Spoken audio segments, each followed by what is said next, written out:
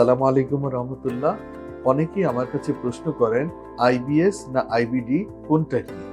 এ নিয়ে অনেকের মধ্যে অনেক প্রশ্ন রয়েছে। বিশেষ করে সাধারণ রোগী যারা আমার কাছে আসেন, যারা এই রোগে আক্রান্ত কিংবা এই রোগ নিয়ে বেশি চিন্তা করেন, তাদের মধ্যে এই প্রশ্নটি বেশি।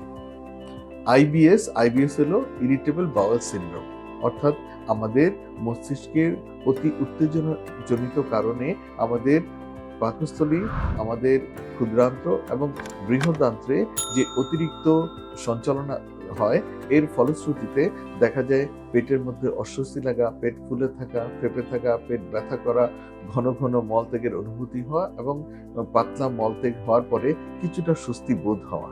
এটি হলো আইবিএস। কিংবা কারো কারো ক্ষেত্রে দেখা যায় যে ঘন ঘন পেট ব্যথা করা, পেটে অস্বস্তি লাগা, পেট ফুলে থাকা, ফেঁপে থাকা, কয়েকদিন ব্যাপী মলত্যাগ না হওয়া এবং মলত্যাগ হওয়ার সময় গুটি গুটি শক্ত মলত্যাগ হওয়া এবং মলত্যাগের পরে আমাদের বায়ুপথে জ্বালা পোড়া করা কিংবা ব্যথা করার যে অনুভূতি হয়, সেটিও কিন্তু আইবিএস। অন্যদিকে আইবিডি অর্থাৎ ইরিটেবল বাওয়েল সিনড্রোম, এটি হলো একটি প্রদাহজনিত সমস্যা। এখানে দুটি রোগ রয়েছে। সেই দুটি রোগ হলো আলসারেটিভ কোলাইটিস এবং ক্রনস ডিজিজ। আলসারেটিভ কোলাইটিস এটি হলো আমাদের কোলনে পুরো আলসার হয়ে যায়, অর্থাৎ এটি শুরু হয় আমাদের পায়ুপথ এবং মলাশয় থেকে। পায়ুপথ এবং মলাশয়ের যে ভিতরের দিকে আবরণীটি রয়েছে, সেখানে মারাত্মক প্রদাহজনিত সমস্যার কারণে সেই আবরণীটি খসে পড়ে এবং এর ফলশ্রুতিতে সেখানে যে সূক্ষ্ম রক্তনালীগুলো রয়েছে, সেগুলি থেকে চুইয়ে চুইয়ে রক্তপাত হয়। অনেক সময় দেখা যায় ঘন ঘন মলত্যাগ হয় এবং মলের সাথে রক্ত, কিংবা দেখা যায় ফ্রেশ ব্লাড পার রেক্টাম, অর্থাৎ পায়ুপথ থেকে ফ্রেশ রক্ত নির্গত হতে থাকে। এবং এটি শুরু হয় পায়ুপথ মলাশয় থেকে এবং সেটি সামনের দিকে অর্থাৎ প্রক্সিমালি এক্সটেন্ড করে এবং এক্সটেন্ড করতে করতে দেখা যায় sigmoid colon, descending colon, transverse colon, ascending colon, caecum, অর্থাৎ পুরো কোলন জুড়ে এটি ছড়িয়ে পড়তে পারে, যাকে বলা হয় প্যানকোলাইটিস। এবং এটি এক পর্যায়ে যদি নিয়ন্ত্রণের বাইরে চলে যায়, সেক্ষেত্রে টক্সিক মেগাকোলন, অর্থাৎ পুরো কোলনটি সম্প্রসারিত হয়ে যায়, বড় হয়ে যায় এবং টক্সিসিটি অর্থাৎ পুরো দেহের মধ্যে বিষক্রিয়া ছড়িয়ে পড়ে এবং মেগাকোলন হয়ে যায় এবং এক পর্যায়ে সেটি পারফোরেশনও হয়ে যেতে পারে। তো এই অবস্থাটি অত্যন্ত ভয়ঙ্কর এবং রোগীর জন্য প্রাণহানির সংখ্যা বয়ে আনে।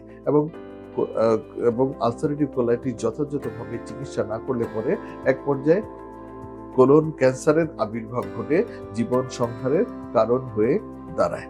অন্যদিকে আরেকটি রোগ রয়েছে যেটি সহ একে বলা হয় ইনফ্ল্যামেটরি বাউল ডিজিজ। সেই রোগটি হলো ক্রনস ডিজিজ।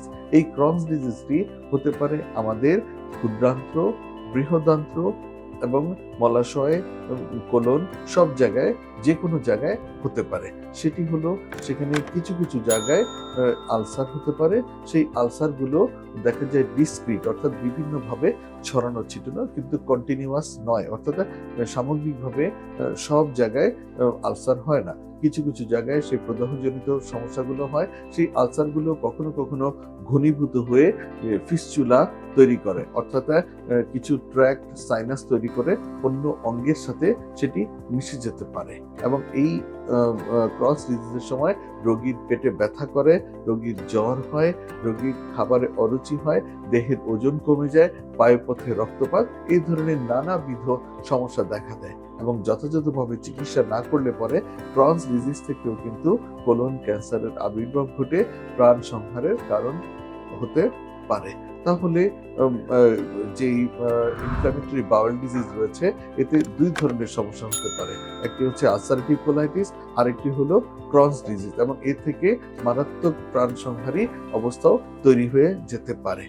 আর অন্যদিকে ইনফ্ল্যামেটরি বাউল ডিজিজ, যেটি সম্পর্কে আমরা ইতিমধ্যে আলোকপাত করেছি, সেটি হলো একটি ফাংশনাল সমস্যা, অর্থাৎ মনোদৈহিক কারণে মানসিক উদ্বেগ, অস্থিরতা এবং দুশ্চিন্তার কারণে এই অবস্থাটি হয় এবং আমাদের ক্ষুদ্রান্ত বৃহদান্ত্রে অতিরিক্ত সংকোচন প্রসারণের কারণে সেই সমস্যাগুলো তৈরি হয়। এখানে স্ট্রাকচারাল কোনো সমস্যা হয় না, অর্থাৎ সেখানে প্রদাহজনিত কোনো সমস্যা হয় না এবং দেখা যায় আমাদের ক্ষুদ্রান্ত বৃহদান্ত্রের ভিতরের দিকে আবরণীতে কোনো প্রকার কোনো ক্ষত, আলসার, ঘা, রক্তপাত এই ধরনের কোনো সমস্যাই হয় না। শুধুমাত্র মনোদৈহিক কারণে ঘন ঘন মলত্যাগ হয় কিংবা কোষ্ঠকাঠিন্যের সমস্যা দেখা দেয় এবং এতে রোগী অতিরিক্ত টেনশন, অস্থিরতা করে দেখে এবং খাবারে অনীহার কারণে কিংবা খাবার খেতে ভীতির কারণে তার স্বাস্থ্যহানি ঘটে এবং তিনি একটি বিষয় নিয়ে বারবার চিন্তা করেন, সারাক্ষণ নিজেকে নিয়ে চিন্তা করেন, তিনি আত্মকেন্দ্রিক থাকেন, তার মল নিয়ে সারাক্ষণ চিন্তা, তার পেট ব্যথা নিয়ে চিন্তা, এই ধরনের একটি অবস্থায় তিনি আকীর্ণ থাকেন। এবং দেখা যায় যদি তিনি তার মানসিক উদ্বেগ, অস্থিরতা, দুশ্চিন্তা সম্পূর্ণরূপে পরিহার করতে পারেন, মনের মধ্যে প্রশান্তি আনতে পারেন, সেক্ষেত্রে দেখা যায় আইবিএস থেকে শতভাগ নিরাময় লাভ সম্ভব। কিন্তু আলসারেটিভ কোলাইটিস কিংবা ক্রনস ডিজিজের যথাযথ চিকিৎসা লাগে, ওষুধ লাগে এবং বিভিন্ন রকম পরীক্ষা নিরীক্ষা লাগে এবং সেই পরীক্ষা নিরীক্ষা করার পরও সেই রোগটি কিন্তু থেকে যায়। এই রোগটিকে দীর্ঘমেয়াদে ওষুধ খেয়ে এবং চিকিৎসকের পরামর্শ মতো চলে স্বাভাবিক জীবনযাপন করা সম্ভবপর হয়, কিন্তু দেখা যায় চিকিৎসকের কাছে নিয়ত যোগাযোগ রাখতে হয়। কিন্তু আইবিএস এর ক্ষেত্রে চিকিৎসকের পরামর্শ ছাড়াই শুধুমাত্র নিজের মনের উপর নিয়ন্ত্রণ করে সেখান থেকে মুক্তি লাভ সম্ভব। আজ আমরা জানলাম আইবিএস কি এবং ইনফ্ল্যামেটরি বাউল ডিজিজ কি। আজ এ পর্যন্তই। সবার দোয়া চেয়ে বিদায় নিচ্ছি। আল্লাহ হাফেজ।